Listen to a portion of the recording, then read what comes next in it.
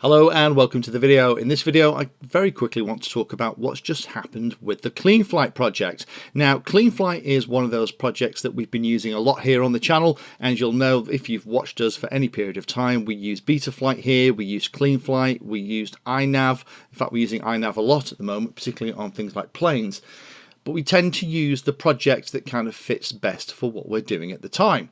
Now Cleanflight itself was kind of starting to slow down. It's kind of 1.14ish. Betaflight is on 3.1.6 I think at the moment, and iNav is about to release version 1.6, and all these projects are very close related. But it seemed at the weekend like what happened with Cleanflight is the Cleanflight project that we've all been using as pilots was replaced with a new iteration of Cleanflight with a new direction based heavily on Betaflight. Now that confused me a little bit, and I think it's confused a lot of other people too about what it means for the future of Cleanflight, what it means for the differences between the projects. And I managed to speak to Dominic Clifton, or Hydra, the father of Cleanflight, on Skype last night. And because of that, I'd like to relay some of the stuff that Dominic was talking about to hopefully provide a little bit of context. So I'll do kind of the official version of what Dominic was talking about, and also talk about some of the implications potentially for us as pilots. So before we get into that detail, for those of you that aren't familiar with how Betaflight, Cleanflight and iNav are all related, I'll put up this slide. Now we've covered this kind of information in a couple of places. We did it in one video where we talked about how open source projects work, and this is a typical example of what goes on when things are open source. And we also did it again in the iNav project where we talked about how iNav was related to things like Cleanflight and Betaflight.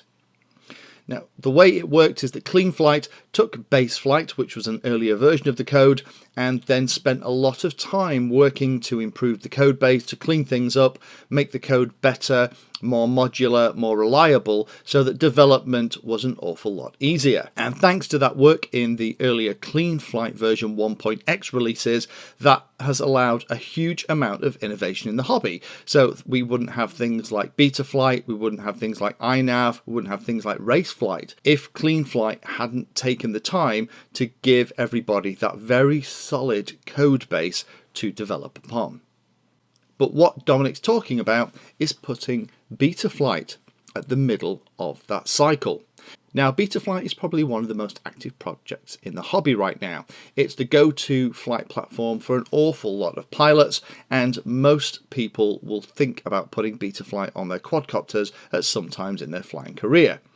If you look at the amount of releases, changes, updates, pull requests, issues, there's a ton of activity going on. So for Betaflight, what started as an experiment by Boris B to improve the flight characteristics of Cleanflight has now turned into the go-to place for the majority of pilots and developers when they're looking at putting a flight controller in their model.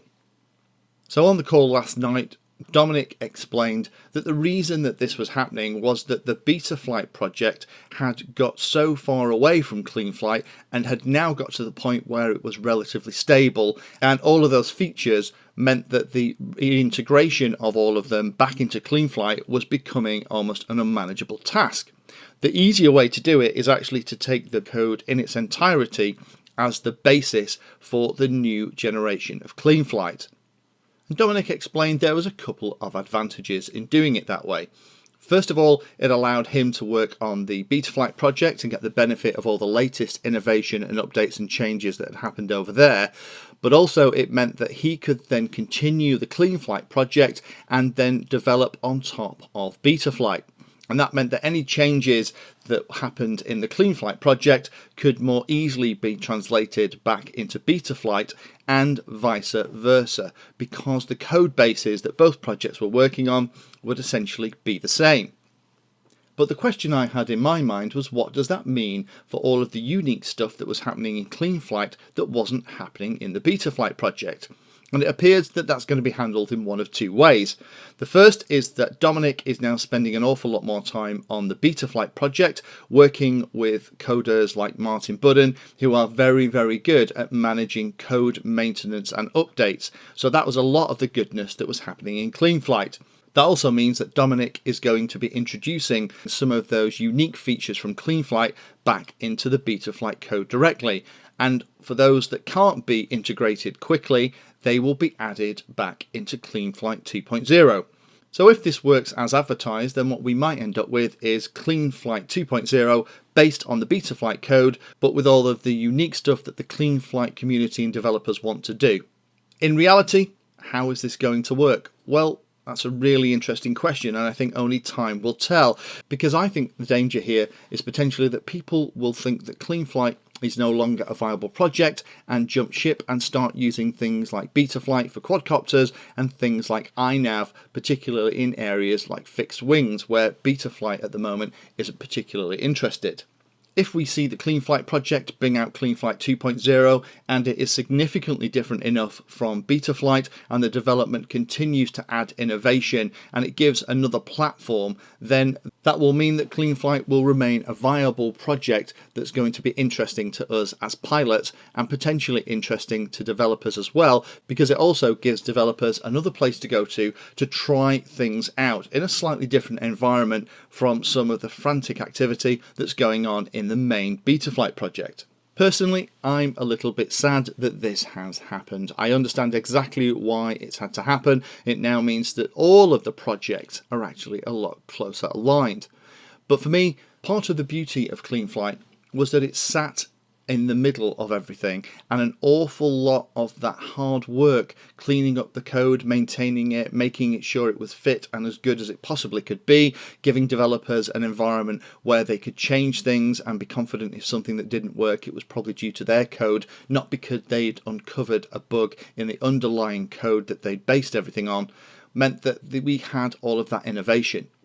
And my concern is that without that work, which isn't particularly sexy or interesting for the community because it doesn't result in lots of new features or benefits, it's stuff that happens under the cover but is vital to support the rapid pace of innovation that we're getting. Without that work, the danger is that we'll see some of the projects that used to rely on the Cleanflight goodness for that having to do a lot of that work themselves and potentially have longer cycles for releases and more frequent updates for fixes when releases happen. So in summary, talking to Dominic, it looks like Cleanflight isn't dead. What's going to happen is the work that was done on Baseflight originally to tweak the code and to change it is going to continue, but the rebasing of everything on Betaflight means that the project can now carry on with a set of code that is much more closely aligned to the other projects that the code is going to come to and from. So for those other Cleanflight pilots like me, I guess we'll have to wait and see how this all plays out. Thank you for taking the time to watch that video. We try and release at least 2 videos a week, usually a quick tip on a Tuesday and a more in-depth video on a Friday, and sometimes we manage to get a few more out as well. If you're interested in radio control, then the playlists are useful to have a look at. Anything that's called Introduction To is an organised set of videos that teach you from first principles about the subject that you're interested in. But we also have information about the majority of popular open source flight controllers, how to build quadcopters, fixed wing models, reviews, setups, unboxing, all kinds of things in here as well. So if you haven't already had a look at the playlist, then I'd recommend going have a look through here to see if there's anything that takes your fancy. Finally, we do also provide updates through things like Twitter, Instagram, and also post all of our 3D designs on Thingiverse as well. So if you like what we're doing here on YouTube, have a look at those things and subscribe to us there, and you'll find out what we're up to in advance of the videos coming out here on the channel.